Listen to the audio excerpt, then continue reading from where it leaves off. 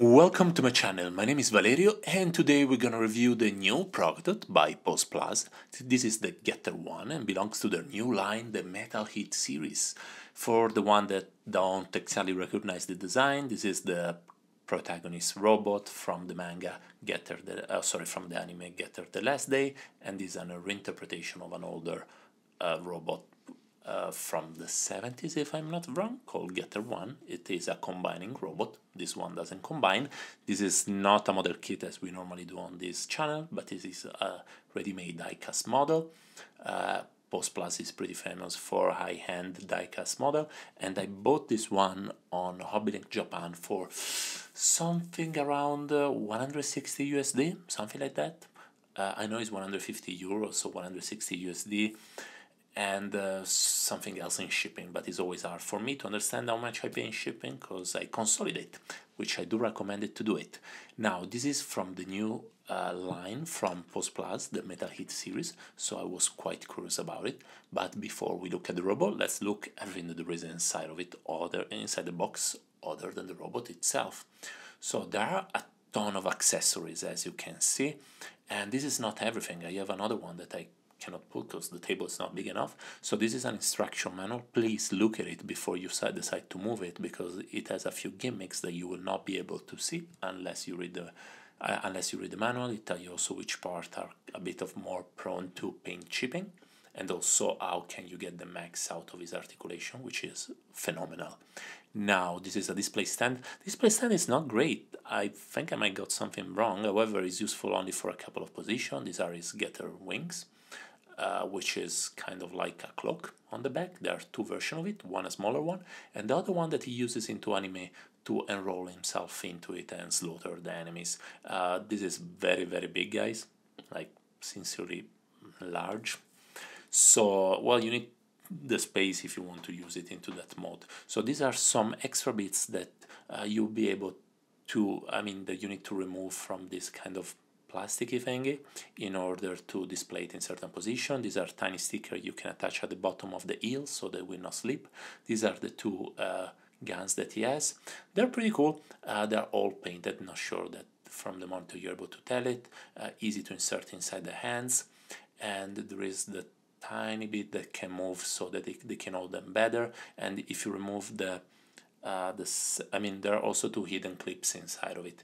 Now, this is the Getter Tomahawk. There is a bit of shading at the base of the Tomahawk, which I highly appreciate because it's not too strong. It's just there, which is pretty nice. And totally unexpected because this is not too expensive. These are the handle of the Tomahawk, and they've been put inside to recreate the scene in which he kind of extracted from the bottom on his shoulders. This is for the Getter beam that it's a beam that he shots from his belly button. Nothing bombastic, not my favorite attack that he does, but still okay. These are some extra bits for what is gonna be the display stand, and here are a ton of hands. So the hands, they give a lot. The problem is that they are in a kind of a soft plastic, and they're not super defined. Honestly, I came from the Getter from Blitzway, which has a lot of detail over the ends, and this one you can see they've been cheaper, but they're cheaper than the Getter from the Carbotics. Now give me 1 second so I can take off the other tray, the one with the other accessories out of it. And yes, I know I should edit it, but guys, if you're looking into diecast, means you have enough time. No, there it is. Ta-da! So this one you would attach it all kind of like around the clock, so that it simulates attacks that are pumping up. Overall, a lot of accessories, very, very appreciated, and pretty happy they decided to put pretty much everything that exists for this model. Now we're gonna continue. We're gonna finally see our robot. The robot is 25 centimeters at the head, a tiny bit more if you pick up the horns or the ears. It is, give it or take it, 8 inches and something, 8 inches and 2, something like that, and it's pretty light. So I wasn't expecting, because the name of this new line from Post Plus is like Metal Heavy Series or something like that. This is very light. I want to say it's less than a pound, around 300 grams, give it or take it, maybe a bit more because it's bigger than expected. Overall, the sculpt is pretty great. It's spot on what you see in the anime. The size is generous, as I was saying.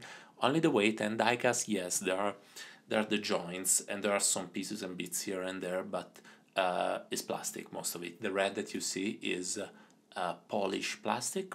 There are some bits that are painted, but the super red one from the screen, they're plastic, just really clean plastic, I mean, with a gloss coat over it. Now we're gonna look at what is his articulation, and this is outstanding, I'll tell you in advance. So his neck has a joint at the base of the neck, a joint at the base of the neck, and is able to go and look the tip of his shoes. Then he's able to keep the flying stance like that. He can turn 360, which is always appreciated. He can do the yeah, the tick-tock, the up and down, so everything you can want from this kind of design. Now, this is a butterfly joint that we can extend, and we're gonna look at it later. Now the arms can easily reach shoulder level, and can easily reach shoulder level, can also go higher. There is a biceps swivel, not on the top but on the lower bit. There is a double joint on the elbow that collapse on one side and extract on the other one, which is pretty nice. A ball peg for the hands. Okay, give me 1 second. Now we're gonna open a bit the chest so that we can reach what is this bigger extraction of the shoulder joint, you see? And this way, if he had a sword, he could easily keep with both the hands, like a very large butterfly joint. A bit overall, like very whole, very exaggerated, let's call it like this. Now he can there is an ab crunch in one way, and there is an ab crunch in the other way. Pay attention, you don't want to chip your model, because the white bit, it is painted, it's not plastic, it's the red one that is not painted, and some bits of the red are painted anyway. So it can go forward and backward, yep, you see, a tiny bit. Obviously you have to move the neck, otherwise it doesn't move, it doesn't look like everything. Now it can turn the waist completely, and you see that the pants open when actually you turn it, which is a really nice kind of way of solving this problem with classical design, where there is not enough panels to justify the movement. Now pay attention with the legs. So the legs are ratchet joints for the most of it. There is the panel that gets inserted inside of it. There is an extraction on the other end. On the knee, they can rotate, and you can have rotate the red rings on the top of it. You can extract it. You can extract the joint so that it can reach further. So you see, now it becomes longer. In this way you don't have to cut the skirt. Now same on the feet, have a lot of mobility, left, right, up and down, the tips can bend. Overall, articulation wise, this is pretty amazing. Like honestly, this is the most articulated that I have of the classic robot without any kind of reinterpretation into the design, which, I mean, really you have to give it to Post Plus. They did a great job engineering wise, very appreciated. Now we're gonna do a tiny bit of comparison. Normally I don't find my usual Lego dude, so now is Steve from Minecraft, tiny Lego dude. Now we're gonna continue with the Carbotics Black Getter. So I thought it would have been much bigger, but it's like 1-2 centimeters on top of him. Now it is better painted and it is way heavier. However, articulation wise, the Post Plus Lotharium, like, is so much better. The Carbotics one looks and feels like an older project. Heavy, like if you like to weight your model, that's perfect. This is the Shin Getter Dragon from Sentinel. A couple of centimeters taller, different project, different thing in mind, but as articulated as that, just a reinterpretation of a design. This is the Getter Devolution, another product from Sentinel, loved it. Very different things in mind. And this is Boss Robot from Blitzway, different price, different philosophy behind it. Now let's go with conclusions. Now, but before conclusion, let me know next week I will, next week or in a bit of time, I will actually publish a different kind of video. Normally I do model kit and diecast. This will be my first review of a video game. It's going to be Super Robot Wars 30 for the one that I've seen the model about it and are curious. So we're going to discuss a bit about it.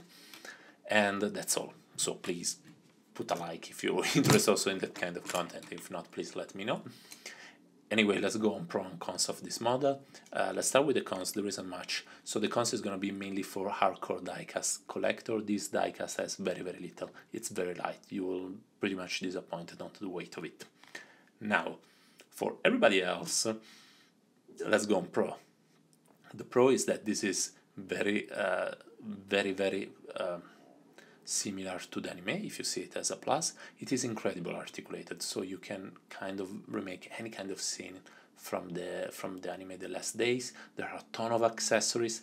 Engineering is very well done, like very well done. Can't tell anything about it. The price, it is okay at 150 bucks. When I bought it, I'm pretty happy with what I got out of it. Dimension wise, it's pretty nice. So would I recommend it? So guys, there are a ton of getters around, of Getter 1 as well. Now I used to have the Sentinel one, but the joints completely failed on me in the year, so I wasn't able to stand anymore, so I sold to a local dude. I wasn't able to get the Carbotics red one because when I decided to look into it, it was already sold out and I wasn't able to get it on a proper price. And then there is the SRSC Super Robot Chogokin that was a bit too small for my taste. So here we are. If you don't have any of the previous one, this is great. If you want to see something more modern, engineering and articulation wise, like if you like to pose your robot, this is absolutely recommended.